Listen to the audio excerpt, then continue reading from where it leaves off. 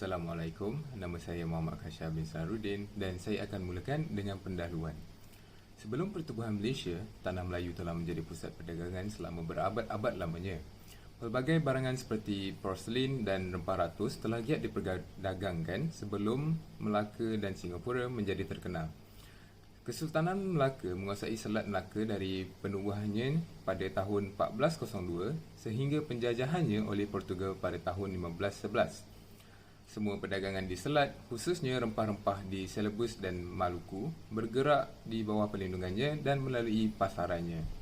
Pada abad ke-17, porselin dan rempah ratus ditemui dan diperdagangkan di beberapa negeri Melayu. Terdapat simpanan timah yang besar di beberapa negeri Malaysia. Kemudian apabila British mula mengambil alih pentadbiran Tanah Melayu British, pokok getah dan kelapa sawit telah diperkenalkan untuk kegunaan komersial. Daripada bergantung kepada orang Melayu tempatan sebagai buruh, British membawa masuk orang Cina dan India untuk bekerja di lombong dan ladang serta menimba pengalaman bekerja.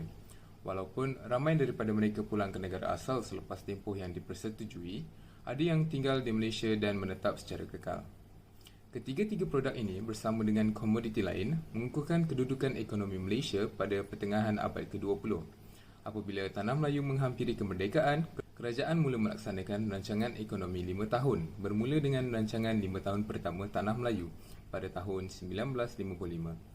Sejak penubuhan Malaysia pada tahun 1963, prestasi ekonomi Malaysia adalah antara yang terbaik di Asia.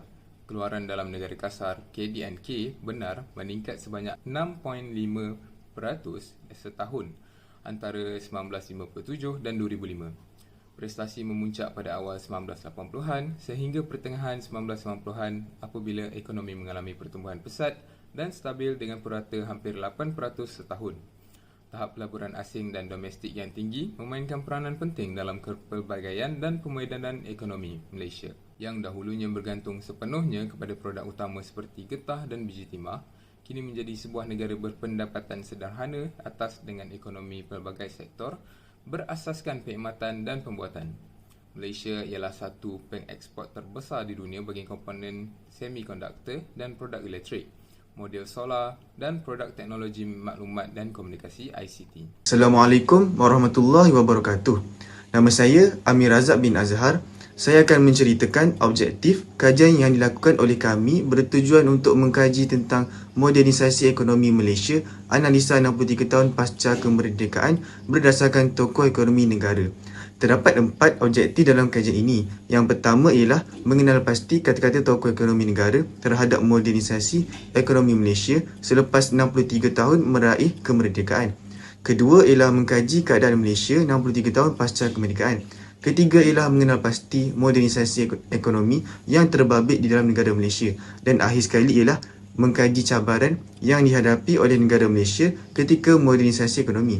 Berdasarkan kajian telah dibuat, kami dapat mengenal pasti kata-kata tokoh ekonomi negara Malaysia untuk modernisasi ekonomi Malaysia selepas 63 tahun meraih kemerdekaan. Apakah yang perlu kita ambil sebagai panduan dari kata-kata tokoh ekonomi negara? Selain itu, mengetahui keadaan Malaysia 63 tahun pasca kemerdekaan, adakah negara Malaysia menjadi lebih maju atau sebaliknya? Seterusnya, kami dapat mengenal pasti modernisasi ekonomi yang terbabit di dalam negara Malaysia. Apakah yang terjadi kepada negara Malaysia ketika modernisasi ekonomi berlaku dan impaknya untuk rakyat dan negara.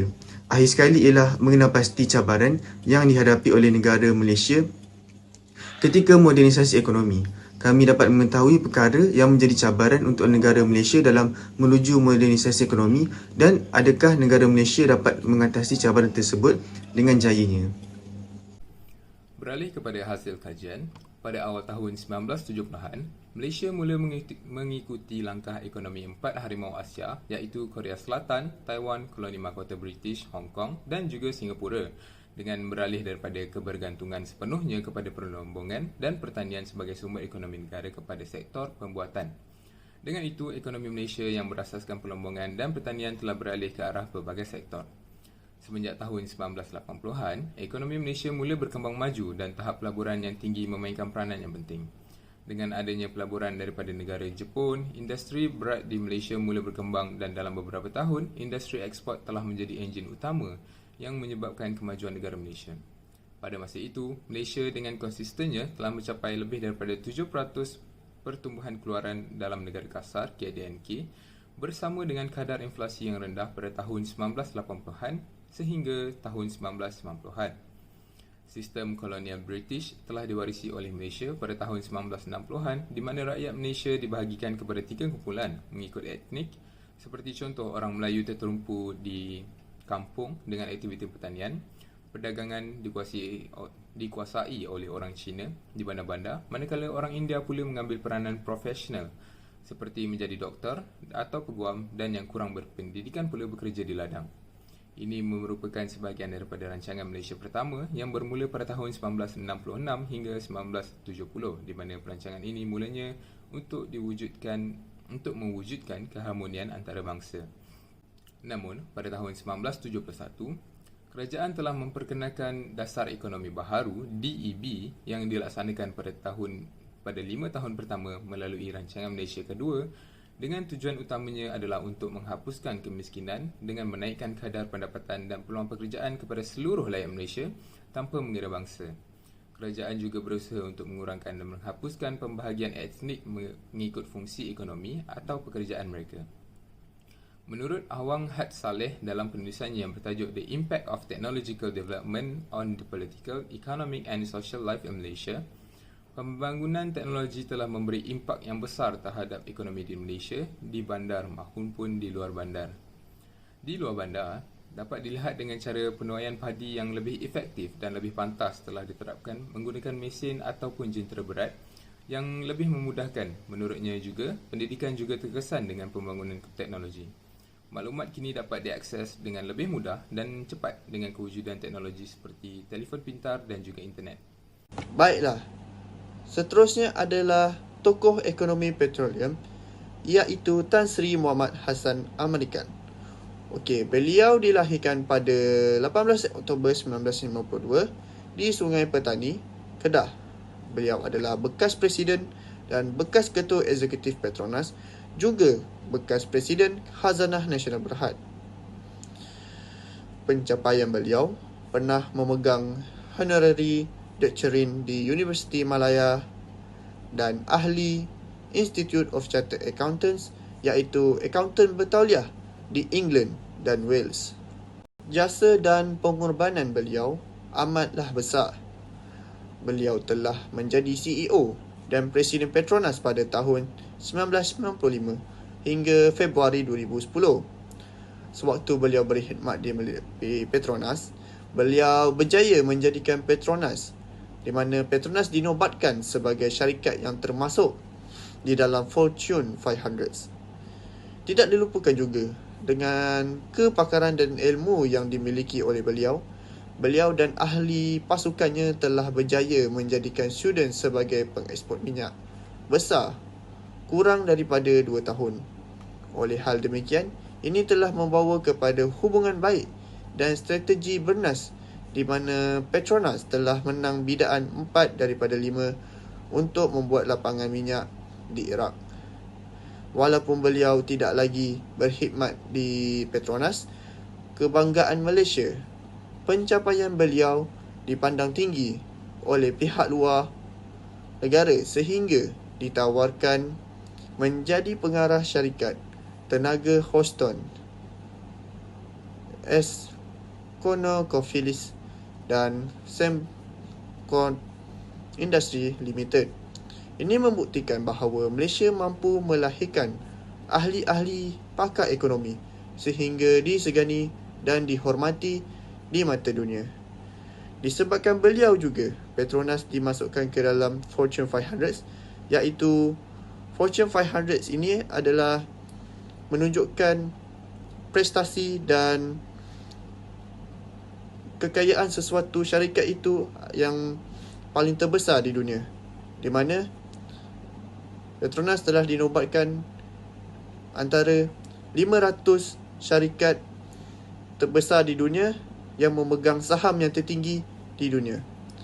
Ini membuktikan bahawa ekonomi dan syarikat Malaysia ini boleh berkembang luas, tidak kira di negara tersendiri iaitu Malaysia, tetapi di luar negara.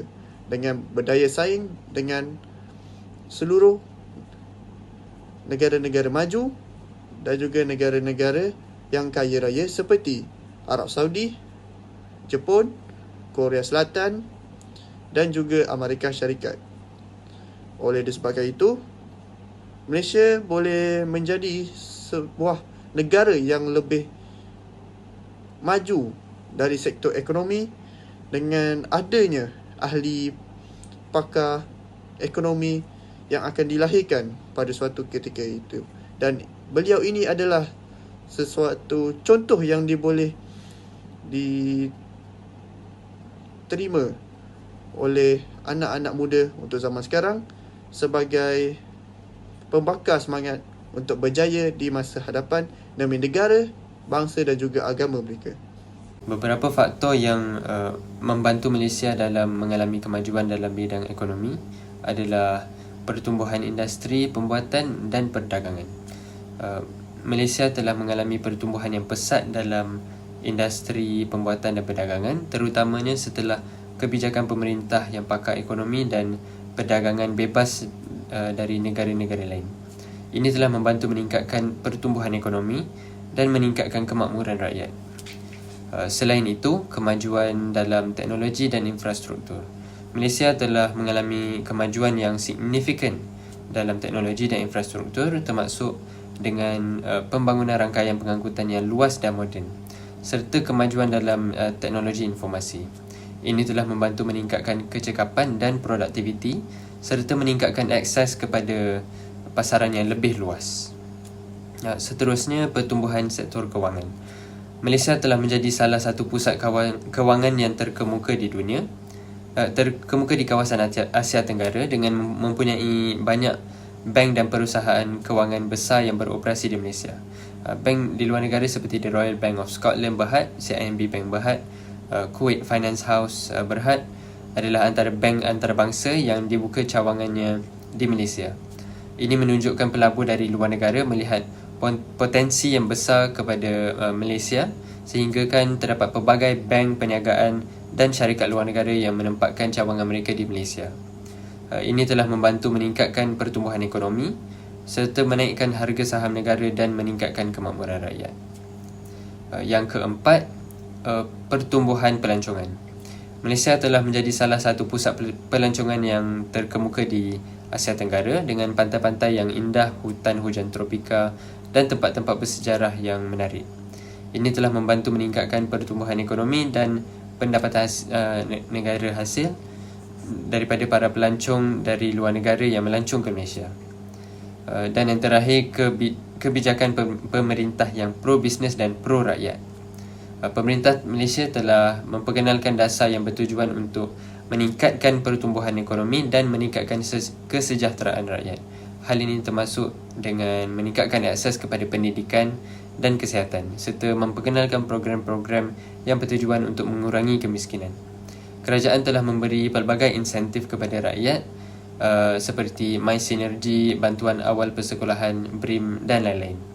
Dengan semua faktor di atas, Malaysia telah mengalami kemajuan yang pesat dalam bidang ekonomi selama 63 tahun setelah kemerdekaan. Okey, seterusnya hubungan Malaysia dengan antarabangsa dalam sektor ekonomi. Okey, yang pertama, kerjasama dua hala Malaysia-China pada tahun 2022, iaitu Malaysia mengukuhkan hubungan dengan China untuk bekerjasama dalam sektor perdagangan sebagai peluang pelaburan tambahan untuk meningkatkan ekonomi dan nilai mata wang negara. Pada era ini, China adalah kuasa ekonomi yang terbesar di dunia, dan dengan kerjasama dua hala yang berlaku antara Malaysia, China dapat memberikan jaminan kemajuan ekonomi negara. Hubungan dagang berkembang secara 16% sepanjang 2 tahun yang lepas dan membuahkan hasil sebanyak 421 bilion ringgit. Bukan sahaja ini dapat memberikan kelebihan kepada rakyat, akan tetapi dapat meningkatkan taraf pendapatan dan peluang pekerjaan di Malaysia. Kerjasama ini telah meneruskan projek ECRL yang akan merentasi banjaran titiwangsa dan ini melibatkan 1,500 syarikat tempatan sebagai kontraktor, perunding dan pembekal. Ini dapat menawarkan 17,000 peluang pekerjaan kepada rakyat, menjadikan ekonomi rakyat lebih terpelihara disebabkan pandemik COVID-19. Yang seterusnya adalah ASEAN. ASEAN adalah sesuatu pertubuhan yang dianggotai oleh negara-negara Asia Tenggara untuk menjaga keamanan, meningkatkan ekonomi, perkongsian tenaga pakar dan sebagainya. Malaysia adalah salah satu negara yang menganggotai ASEAN, di mana ini membawa keuntungan kepada negara dalam pengurusan ekspor dan import dalam kalangan negara-negara anggota. Terdapat pelbagai mega projek yang telah dilancarkan dalam ASEAN seperti projek baja Yuria ASEAN di Malaysia, mengadakan usaha sama perindustrian ASEAN dan mewujudkan Peraturan Perdagangan Istimewa 1977 untuk meningkatkan perdagangan antara negara anggota. Keistimewaan yang diberikan termasuklah kontrak kuantiti jangka panjang, peroleh istimewa oleh entiti kerajaan, pelonggaran langkah-langkah bukan takrif dan perluasan takrif istimewa. Yang terakhir adalah hubungan Malaysia Amerika Syarikat. Amerika Syarikat Malaysia menjalinkan kerjasama bagi mengukuhkan nilai demokrasi, menghormati hak asasi manusia dan kedaulatan undang-undang. Malaysia adalah rakan dagangan ke-18 terbesar dengan Amerika Syarikat dengan pelaburan sebanyak $13.5 bilion pada tahun 2020. Amerika Syarikat merupakan pelabur yang besar dalam sektor elektrik dan elektronik di Malaysia. Syarikat besar Amerika Syarikat seperti Intel Corporation, Western Digital, Honeywell, Boston Scientific, Motorola dan Spirit Aerospace untuk menjalankan perindustrian di Malaysia melambangkan bahawa Malaysia adalah strategik untuk dilaburkan. Projek tersebut mewujudkan 204,536 peluang pekerjaan di Malaysia untuk rakyat Malaysia dengan pelaburan sebanyak RM74 bilion daripada Amerika Syarikat. Terdapat 4 kesimpulan yang kami dapat simpulkan, iaitu yang pertama ialah modernisasi dapat membantu Malaysia menjadi negara yang lebih maju. Pelbagai negara mengaplikasikan modernisasi untuk menjadi lebih maju selaras dengan zaman teknologi moden ini. Negara dunia pertama seperti Amerika Syarikat dan Jepun sangat mengaplikasikan modernisasi ekonomi dalam negara mereka dan ini menunjukkan modernisasi amat penting untuk mencapai negara yang sangat maju dan prestij. Dengan adanya modernisasi, pemikiran sesebuah negara dan rakyatnya juga akan lebih maju dan terbuka. Hal ini kerana proses modernisasi memerlukan negara dan rakyatnya untuk mengadaptasi cara moden dalam berfikir, gaya hidup dan dalam pekerjaan. Setiap rakyat, tidak kira umur, boleh terlibat dalam proses modernisasi. Modernisasi boleh diaplikasikan dan diikuti oleh budak-budak, remaja, orang dewasa dan juga warga emas. Malaysia mampu menjadi lebih maju sekiranya modernisasi ini diwar-warkan secara meluas di kalangan rakyat. Rakyat juga perlu memainkan peranan untuk cakna terhadap modernisasi dalam negara sendiri dan juga perlu mengimplementasi modernisasi dalam kehidupan. Selain itu, tokoh ekonomi memainkan peranan penting dalam membentuk Malaysia ke arah modernisasi ekonomi yang mantap. Setiap tokoh ekonomi mempunyai pelbagai pandangan untuk menjadikan Malaysia selaras dengan negara lain dalam mencapai kemodenan untuk negara Malaysia. Kita perlu berganding bahu dalam menerima pandangan yang berbeza daripada setiap tokoh ekonomi yang ada di Malaysia. Rakyat perlu pintar dalam memilih cara modernisasi ekonomi yang paling sesuai dan bagus untuk negara Malaysia. Hal ini kerana pembentukan negara Malaysia menjadi lebih moden adalah tanggungjawab bersama. Negara yang tiada kesepakatan daripada rakyatnya sukar untuk maju ke hadapan. Oleh itu, kita perlu bersama dalam membantu membentuk Malaysia ke arah modernisasi ekonomi. Tokoh ekonomi juga perlu bersungguh-sungguh membuat kajian dan penyelidikan yang mampu membuatkan negara Malaysia menjadi negara yang dapat mengikuti arus modernisasi sekaligus menjadi negara moden setaraf negara dunia pertama. Sebagai contoh, mengeluarkan dana untuk modal insan, rakyat diberi akses kepada pendidikan dan latihan yang berkualiti untuk membantu melahirkan tenaga, kerja yang berkemahiran dan produktif. Hal ini sangat penting untuk modernisasi ekonomi dalam negara. Yang ketiga ialah modernisasi menyumbang dalam kemajuan sosial dan kestabilan politik. Modernisasi juga dapat menyebabkan kemajuan sosial dengan meningkatkan taraf hidup dan meningkatkan akses kepada pendidikan, perkhidmatan, kesihatan dan perkhidmatan lain yang penting.